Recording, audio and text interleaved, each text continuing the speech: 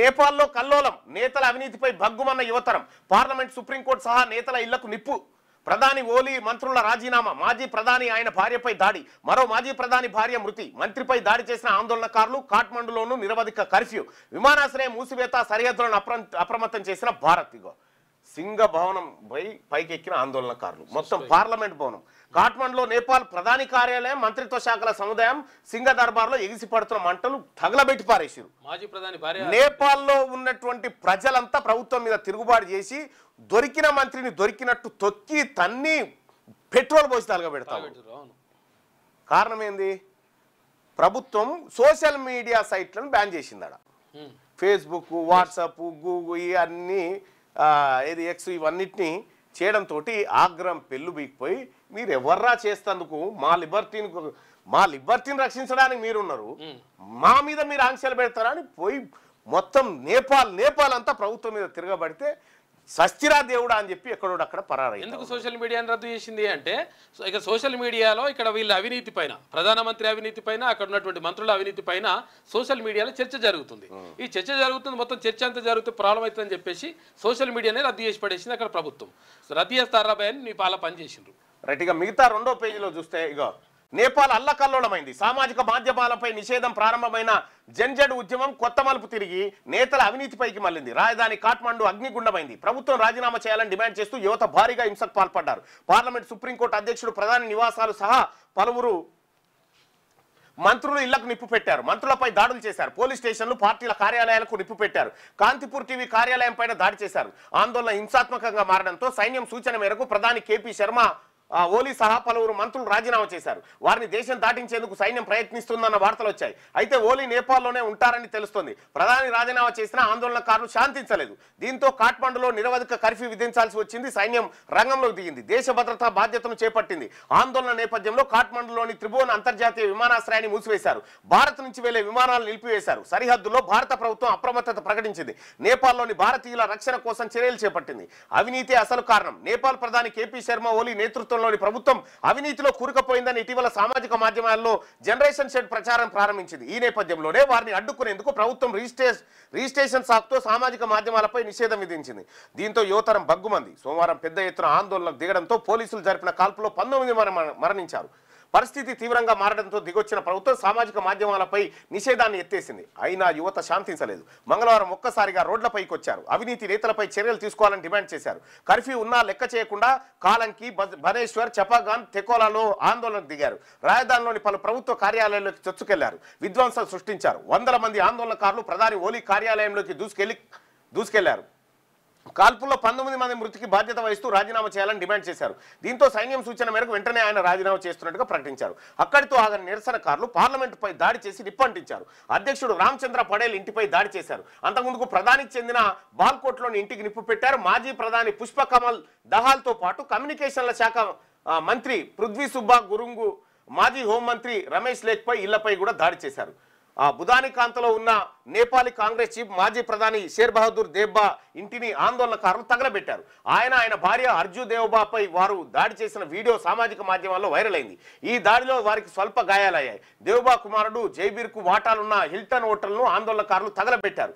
ఆగ్రహవేశాలతో ఊగిపోయిన ఆందోళనకారులు ఆర్థిక మంత్రి బిష్ణు ప్రసాద్ పైడేల్పై దాడి చేసిన వీడియో వైరల్ అయింది. నేపాల్లోనే ఓలీ ప్రధాని పదవి కేపీ శర్మ ఓలీ రాజీనామా చేయగా అధ్యక్షుడి ఆమోదం లభించింది. వెంటనే కొత్త ప్రభుత్వం ఏర్పాటుపై చర్యలు ప్రారంభమయ్యాయి. ఇక ఓలీ దేశం వీడి వెళ్ళకపోవచ్చని తెలుస్తుంది. ఆయన స్వదేశంలోనే ఉండే అవకాశం ఉందని స్థానిక మీడియా కథనాలు వెల్లడించాయి. తదుపరి ప్రధానిగా కాఠ్మండు మేయర్ బాలేంద్ర షా పేరు వినిపిస్తోంది. ప్రజలు ఆయన్ను బాలేన్ గా పిలుస్తుంటారు. అయితే ఇప్పుడు ఈ బాలేను ఇప్పటికే ఈడున్నటువంటి హిందుత్వ ఛానల్ ఏవైతే ఉన్నాయో వీడు బాలేన్గా ఈ బాలన్ ఎవరైతే ఉన్నారో ఆ బాలన్ ఇది భారత వ్యతిరేకి అని చెప్పి ప్రచారం ప్రారంభించినాయి. ఆ నేపాలోడు ఆన్ దేశాన్ని ప్రేమించుకోకపోతే మన దేశాన్ని ప్రేమిస్తాడు. మీ వార్తలు కానీ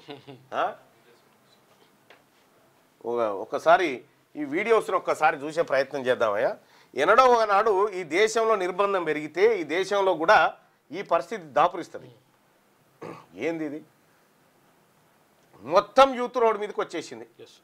ఇగో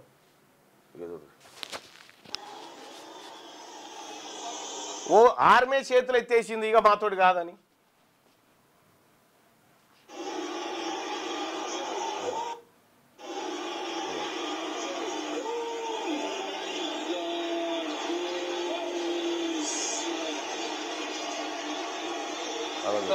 మొత్తం పబ్లిక్ ప్రజలంతా రోడ్ల మీదకి వచ్చేసారు. ఇంకేం చేస్తుంది, ఏం ప్రభుత్వం ఏం చేస్తుంది? ఇక కరప్షన్ అండ్ నెపోటిజం. ఇక stop corruption.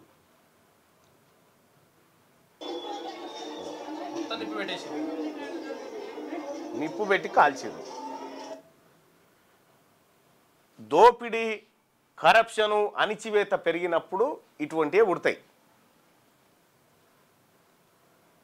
Your luxury hour misery అట, వేకప్ నేపాల్ అని చెప్పి ఇగో రాజీనామా. పొట్టు పొట్టు పొల్లు పొల్లు అయిపోయింది. బంగ్లాదేశ్లో గిదే జరిగింది, నేపాల్లో గిదే జరిగింది, పాకిస్తాన్లో కూడా ఒకసారి గిదే జరిగింది, ఈజిప్ట్లో గిదే జరిగింది. ఇష్టం వచ్చిన నిర్ణయాలు తీసుకుంటే ఇట్లా జరుగుతూ ఉంటాయి. తెలంగాణ రాష్ట్రంలో బీసీ ప్రజలు కూడా ఈ తరీకాలో ఏదో ఒక రోజు వస్తారు చూస్తారు. ఇట్లనే చేసుకుంటూ మీరు ఇదే బీసీల అణచివేత కార్యక్రమాలు చేస్తే, బీసీలను మోసం చేసే కార్యక్రమాలు చేస్తే గిదే జరుగుతుంది. ఇది ఇట్లుంటేగా పసిడి 10 గ్రాముల ధర 1,13,000 చూసుకో. 1,13,000 పోయిందా తులం బంగారం? బంగారం అయింది 1,13,000. గ్రీన్ఫీల్డ్ రహదారి మంజూరు చేయండి. RRR నార్త్ పనుల ప్రారంభానికి అనుమతులు ఇవ్వండి. కేంద్ర మంత్రి నితిన్ గడ్కరీకి ముఖ్యమంత్రి రేవంత్ రెడ్డి వినతి పత్రం ఇచ్చినట్టు. వాస్తవానికి ఈయన పోయింది సుదర్శన్ రెడ్డి ఎన్నిక కోసం, ఈ 1-2 పెట్టుకున్నట్లు. యంగ్ ఇండియా స్కూళ్లకు మద్దతు తెలపండి. రాష్ట్ర రుణాల పునర్వ్యవస్థీకరణకు అనుమతి ఇవ్వండి. ఆర్థిక మంత్రి నిర్మలా సీతారామన్ సీఎం రేవంత్ రెడ్డి విజ్ఞప్తి చేసినట్ట. ఇది ఇట్లుంటే సోషల్ మీడియా నిషేధం అనే తేనెతిట్టను ఇట్లా గదిలిచ్చిండు. ఇక అవి చూడు, నేపాల్ హింసాత్మకం, ప్రధాని రాజీనామా, ఇక ఇట్లా పరిగెడతా ఉంది చూడు ప్రధాని. ఇది ఇట్లా ఉంటే ఇక వెలుగు దినపత్రికలో ఉన్నటువంటి వార్తల్ని చూద్దాం. ఇక మంటల్లో నేపాల్, ఆగని ఆందోళనలు, అవినీతి వ్యతిరేక ఉద్యమంగా మారిన సోషల్ వార్. ఇక ప్రెసిడెంట్, ప్రధాని, మాజీ ఎంపీ పిఎంలు మంత్రుల నివాసాలకు నిప్పు పెట్టిండ్రు. పార్లమెంటు, సుప్రీంకోర్టు, పార్టీల ఆఫీసులపైన దాడులు చేసిండ్రు. ఆర్థిక మంత్రిని వీధుల్లో పరిగెత్తించి కొట్టిన ఆందోళనకారులు. మంటల్లో మాజీ ప్రధాని ఇల్లు, కాలిన గాయాలతో ఆయన భార్య చచ్చిపోయింది ఆసుపత్రిలో. ఇక ప్రధాని కేపీ శర్మ ఓలీ, అధ్యక్షుడు రామచంద్ర పౌడేల్ రాజీనామా చేసిండ్రు. విధ్వంసానికి పాల్పడితే కఠిన చర్యలని చెప్పేసి ఆర్మీ చెప్పింది. ఇప్పుడు ఆర్మీ నిరసనకారుల దాడిలో తగలబడుతున్న నేపాల్ ప్రధాని కేపీ శర్మ ఓలీ నివాసం ఇల్లునే ప్రధానమంత్రి పెట్టిరు. అంటే పబ్లిక్ ఒకసారి తలుసుకుంటే పరిస్థితులు ఇట్లాగా ఉంటాయి.